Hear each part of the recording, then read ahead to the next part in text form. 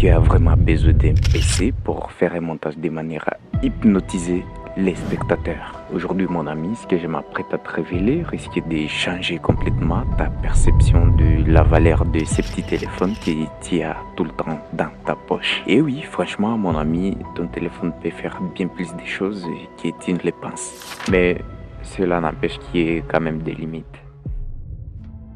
En 2022, j'ai préparé un court-métrage et le montage devrait entièrement se passer sur téléphone. Sauf qu'il y avait une scène où un mec devrait ouvrir les feux sur l'autre. Et à l'époque, je me servais des Filmora et malheureusement, cet effet n'était pas dedans. J'étais donc obligé de tirer mes propres ressources sur d'autres plateformes. Pour te dire que si tu cherches plutôt à ajouter des effets comme dans Superman et tout, ne fais pas ça sur téléphone. Il y a bien plus de choses intéressantes à faire.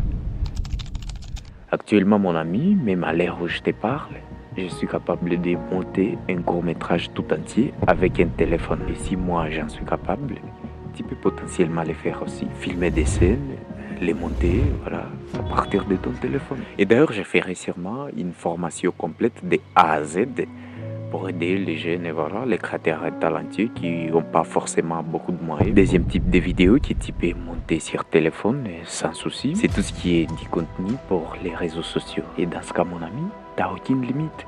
Vraiment, aucune. Cette vidéo que tu vois à l'écran est disponible sur la chaîne. Eh bien, mon ami, si tu ne le savais pas, dedans, je te montre comment transformer ton téléphone en studio de montage portable. Et en même temps, j'ai monté la vidéo entièrement avec un téléphone. Bon, après, on a eu des soucis des droits d'auteur, raison pour laquelle YouTube a remplacé la musique qui était jugée comme pas libre des droits. Et ce n'est pas tout. Si tu essaies de chercher sur ma chaîne, tu vas trouver 2 ou 3 courts-métrages comme ça. Je les ai tous montés sur téléphone. Mais bon, même si aujourd'hui je peux faire mieux, j'espère quand même que ça va te donner une idée. Comme je t'ai dit sur les premiers points, il y a quand même certaines choses qui nécessitent d'être en possession d'un PC. Tiens, imagine-toi après le tournage d'un projet qui va durer environ 1h43 minutes, on t'envoie tous les fichiers dans ton téléphone. Ça va s'attirer. Dans ces cas, tu comprends qu'il va falloir être en possession d'un PC. N'attends pas d'avoir tout en place pour débuter, mon ami. À tout moment, tu as un téléphone dans ta poche et laisse-moi t'assurer que c'est largement suffisant pour débuter. Et si je te dis ça, c'est que c'est bel et bien possible parce que j'en suis la preuve. Tu peux aller checker mes courts-métrages, il y en a 3, je crois.